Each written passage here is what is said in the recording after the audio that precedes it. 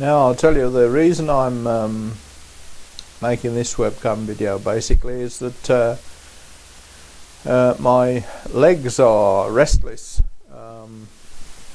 This is an effect of the Risperdal medication I'm on, and it's much less powerful, overwhelming distraction than akathisia I had in years gone by on drugs like Modicate, but still I do get this restlessness of the legs, and I'm sure on various counts that it comes on when I'm not thinking. The Risperdal blocks dopamine and stops me thinking. Stops people given Risperdal thinking, or reduces the amount of thinking they're doing, the cogitation going on in the mind, and I think I must be very sensitive to dopamine blockers, and this is why I have these effects, restless legs effects, due to absence of dopamine turnover, which many people given anti-schizophrenic drugs do not notice. So anyway, I thought if I have to put my thoughts together in order to make an address to the camera like this, the restlessness of the legs will abate, and I'm right in that it is doing so.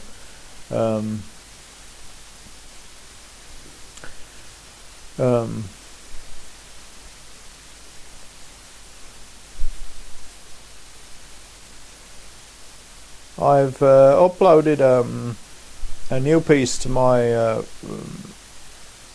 index page, the first page that you come to in my website, Barrass-Brough.org, today, about the fact that mentally ill people are not any longer kept away from society in asylums for long periods, most of them anyway, and the implication was that I regretted this, and I do regret it, and the thoughts that have been, the question which has occurred to me is, well, do I wish to be in an asylum all my life? If in times gone by, the people like me, diagnosed with schizophrenia, might have been kept in an asylum for life. And would I want that? Of course, when I was in Barnsley Hall, which was an old asylum closed down by Mrs. Thatcher and demolished, as all of them were, the one that my wife Dawn was in on one occasion, I think, early in her treatment, the course of her treatment, Saxondale, that went the same way. When I was detained in Barnsley Hall in the 1980s, I didn't at all like it.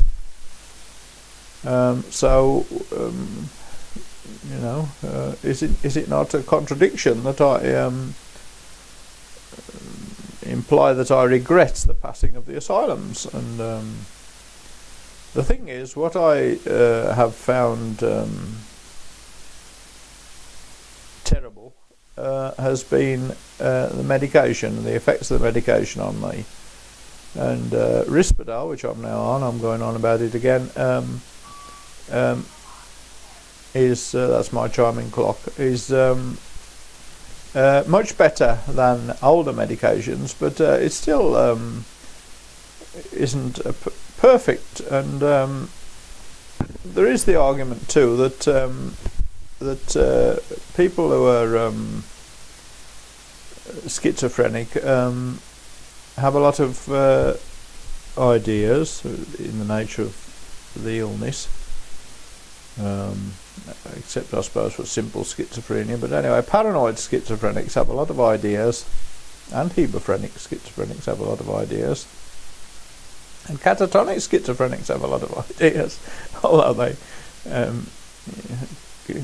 don't bring them out because they remain static. They have a lot of ideas, these mentally ill people, and creative ideas, and this is borne out by the relationship which is known to exist between people who are creative, writers for example, and schizophrenics, often their blood relatives.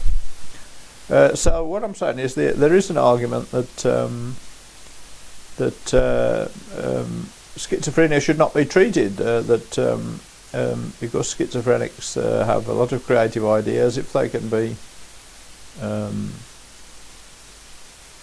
if it can be arranged, or if it comes about that they cause no harm, let them get on with it and let them be creative. Anyway, I forget exactly what sequence what sequence led me to say that, but what I mean is that medication which has been terrible for me, and the effects of the medication, and it was the fact of being medicated when I was in Barnsley Hall in the 1980s which made it a terrible experience. It wasn't the fact of being in the hospital, even detained in the hospital.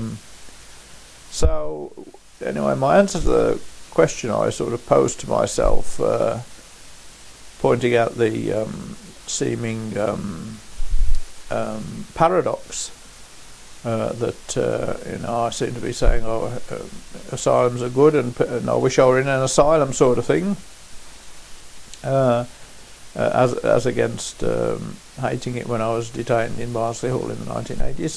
The paradox is resolved by the truth that if I could be looked after in an asylum without, and responsibility taken away from me, especially if it had, it's difficult to say how my history would have evolved, but if I'd been in an asylum for a long time, without being medicated, then I dare say I would have lived with it quite well. That's what I'm trying to say. I know that I wouldn't have met my wife Dawn, and wouldn't have had the experiences I've had as a free agent, but I must say the experiences I've had as a free agent have been most fulfilling when I was not on the medication. Since 2003, when my parents died, or late 2003 when I came off the medication, I had a lot of interesting experiences. A lot of people might not think much of them because they're unusual, out of the ordinary, and unproductive, shall we say, but I certainly had saw more of life, shall we say, than I had over the preceding 3 decades. Anyway, I'm coming up to 9 minutes, and I don't really want to go over 10 minutes, although YouTube does allow you to go up to 15 minutes. So I'll go and have a cup of coffee.